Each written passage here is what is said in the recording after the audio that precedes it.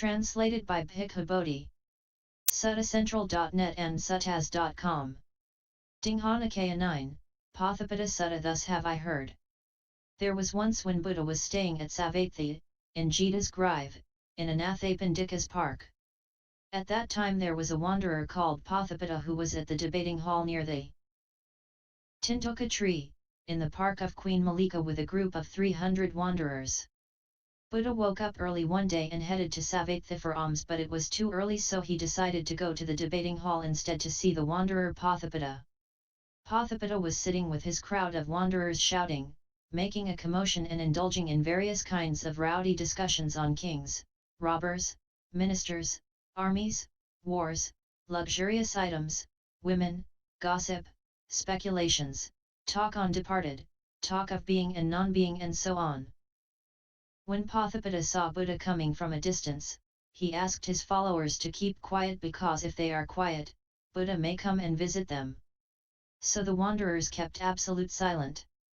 Buddha came to the wanderers and Potthapàda prepared a seat for him, after which he sat down beside him. Buddha asked him what they were talking about before he came. Instead of telling Buddha what they were discussing earlier, Potthapàda asked Buddha on his views on the higher extinction of consciousness and how they take place. Question on cessation of consciousness. Potthapàda told Buddha that according to some ascetics they believe that perceptions arise and cease without any cause or condition, arise by random chance. When they arise one is consciousness, when they cease then one is unconsciousness. But some others said no, perceptions are a person's self, which comes and goes. A self can be controlled. When it comes, one is conscious, when it goes, one is unconscious. Another said no, that's not how it is. There are ascetics and Brahmins with great powers, magical powers over consciousness of man. They draw down consciousness into a man and withdraw it. When they draw it down into him, he is consciousness, but when they withdraw it, he is unconscious. Yet another said, no, that's not how it goes. There are deities with great powers. They draw down consciousness into a man and withdraw it. When they draw it down into him, he is conscious, and when they withdraw it, he is unconscious. So Potthapada asked Buddha which theory is right and how will Buddha explain the higher extinction of consciousness. Buddha rejected the theory of consciousness comes and passes away without a reason or a cause. Buddha asserts the absoluteness of the law of karma. To refute this claim, it is by means of a cause, that consciousness comes and goes, cause and effect. It is by training some forms of consciousness arise and by training some pass away. And what is that training? Continued the Buddha. The training. A Tathagata arises in the world, an arahant, fully enlightened Buddha. He has realized the Four Noble Truths and discovered the Noble Eightfold Path by himself, endowed with wisdom and conduct, welfarer, knower of the worlds. He knows the arising, the cessation and the means to the cessation of the worlds, incomparable trainer of men to be tamed. He surpasses in terms of virtue, knowledge, concentration, deliverance and understanding, teacher of gods and humans, enlightened and blessed. He, having realized it by his own superknowledge, preaches the Dhamma, which is lovely in its beginning, lovely in its middle, lovely in its ending, in the spirit and in the letter, and displays the fully perfected and purified holy life. This training consists of morality and meditation. A monk who is perfected in moralities, watching his speech, action, and thoughts, sees no danger anywhere. He experiences a blameless bliss that comes from maintaining this Aryan morality. Training in meditation by guarding his sense doors, he reaches different stages of jhanas. Through this training, some perceptions arise and some pass away. Form realm jhanas. In first jhana, sensations of lust and unskillful mental qualities disappear. A subtle perception of delight and happiness arises, born of detachment. In second jhana, with the subsiding of thinking and pondering, the monk gains inner tranquility and unity of mind. The subtle perception of delight and happiness born of detachment vanishes and there arise the perception of delight and happiness born of concentration. In third jhana, with the fading away of delight he dwells in equanimity, being mindful and clearly aware. The previous sense of delight and happiness born of concentration vanishes and there arises the perception of equanimity and happiness. In fourth jhana, pleasure and pain is abandoned, previous joy and grief disappear and the monk reaches a state beyond pleasure and pain which is purified by equanimity and mindfulness. The previous sense of equanimity and happiness vanishes, there arises the subtle perception of neither happiness nor unhappiness. Formless realm jhana.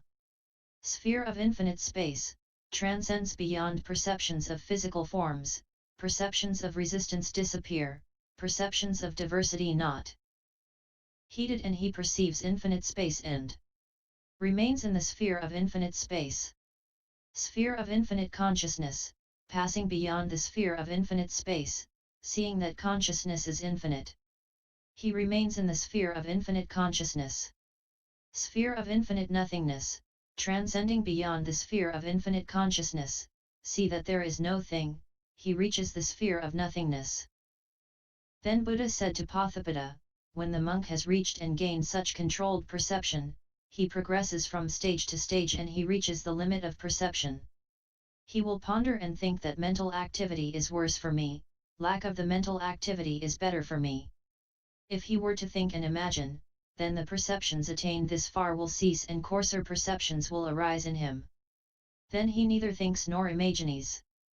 Then these perceptions arise but other coarser perceptions do not arise. He attains cessation of perception through successive steps. Finally he reaches the final stage of sphere of neither perception nor non-perception. Further questions on perception. Potthapàda asked Buddha, is the submit of perception one or many? Buddha replied, I teach it as one and many. The disciple attains successively to the cessation of each perception through progressively steps, thus I teach it as one and many. Potthapàda asked again, does perception arise before knowledge or knowledge arise before perception or do both arise spontaneously? Buddha replied, perception arises first then knowledge. With the arising of perception comes knowledge, this is how it is conditioned. Potthapàda then asked, is perception a person's self or is it a separate entity? Buddha through counter-questioning showed Potthapàda that no matter how he thinks about the self, whether as the physical body, gross self, a mental body, mind-made self, or formless self, perceptions and the self have to be different entities. Perceptions change continuously depends on different conditions unlike the self. Questions that Buddha will not answer. Then Potthapàda started to ask questions that Buddha will not answer. Is the world eternal or not eternal? Is the world finite or infinite? Is the soul same as the body? Does the Tathagata exist after death or does he not exist after death? Buddha did not answer these questions as it is not conducive to the purpose, not conducive to the Dhamma, not the way to embark on the holy life, it does not lead to disenchantment, to dispassion, to cessation, to attainment of higher knowledge, to calm, to enlightenment, to nibbana. That's why Buddha had not declared a clear answer to these questions about cosmology, the soul, and the after-death state. Potthapàda then asked if the above was not declared by Buddha, what had Buddha declared instead?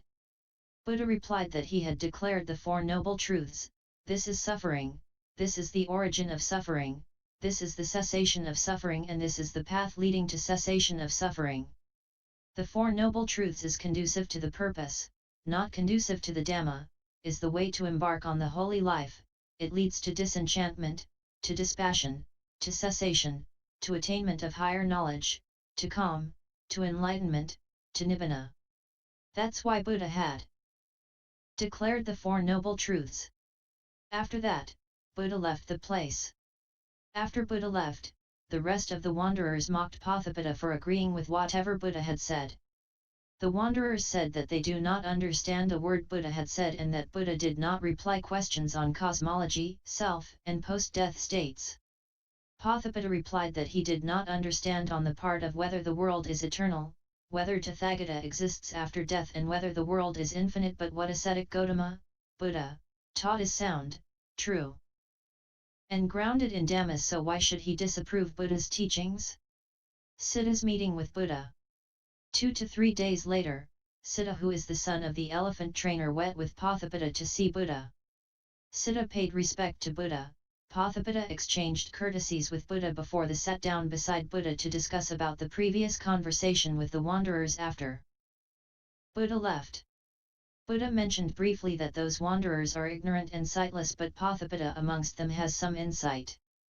Buddha explained that questions about cosmology, world eternal/finite, the self, and the postmortem status of a Tathagata are declared to be uncertain because they are not conducive to Nibbana. On the other hand, Buddha taught the Four Noble Truths which are conducive to Nibbana. Then Buddha gave an example of a conversation between himself and other recluses and Brahmins. These ascetics and Brahmins believe that the self is perfectly happy and healthy after death and free from disease. I went and asked whether that was their view or not, and they acknowledged that it was their view. And I asked them whether they knew a place in the world that was perfectly happy. Have they ever been perfectly happy for a whole night, or for a whole day, or even for half a night or day? If they know a way or a method by which you can realize a state that is always happy? If they have ever heard the voices of devas/deities who had realized rebirth in a perfectly happy world? But the ascetics and Brahmins answered no to all the above questions. Hence, don't you think, Potthapàda, that these talk of those recluses and Brahmins turn out to be witless? Buddha gave another example of how a man longs for the most beautiful woman in the land. Then the people around him will ask him, "Do you know whether she is a noble Katiya lady, or Brahmin rank, or of the trader class, or of artisan class? Do you know what her name is, or her family name? Do you know whether she is tall or short, or of medium height? Do you know if she is dark or fair or golden in color? Do you know which village, or town, or city she dwells in?" The man would have answered no to all the above questions because he is yearning for someone he doesn't know and has never seen before. Hence, don't you think, Potthapàda, that these talk of this man turn out to be witless? Similarly, for those ascetics and Brahmins who believe that the self after death is entirely happy and free from disease, don't you think that their talk is witless too? Potthapàda agreed. Buddha gave another example. If a man were to build a staircase for a palace at a crossroad, people will ask him which direction the staircase should face. Do he know the height and size of the staircase? He would have to answer, no. Then the people around him will ask, why is he making a staircase that he does not know of and has not seen before? So in such a case, Buddha reaffirmed to Potthapàda that the talk of the man making a staircase that he has no idea of is actually witless talk. Potthapàda agreed with the Buddha. 3 kinds of self. Buddha then explained to Potthapàda the 3 kinds of self: acquired self, mind-made acquired self, and formless acquired self. He elaborated further: the gross acquired self is made up of 4 elements nourished by material food we eat. The mind-made acquired self is made by the mind, and has form making up of limbs and organs, complete and perfect, but does not need solid food. The formless acquired self does not have a form and is made up of perception. Buddha then told Potthapàda that, I teach a doctrine that leads to the abandoning of the defiling mental states about all 3 of these assumed selves. If you follow this doctrine, these unwholesome mental states will disappear and the states which lead to purification of the mind increase. Then one realizes and remains in the full perfection and purity of wisdom here and now. Potthapàda, you may think even if one's unwholesome mental states disappear and purification and wisdom increase, but one might continue to be unhappy. But Potthapàda, that would be an inaccurate judgment and statement, because when such conditions are fulfilled, then there will only be joy and happiness, tranquility, continual mindfulness, and clear awareness, which is a happy state. Potthapàda, others might question us thus: if the doctrine of abandoning defiling mental states referring to the gross acquired self, mental, mind made self, or formless self, then we should reply, why, this very one that you see before you is what I mean. Don't you think, Potthapàda, this talk will then turn out to be well grounded? Potthapàda agreed with Buddha on that. Siddha's question on the 3 kinds of self.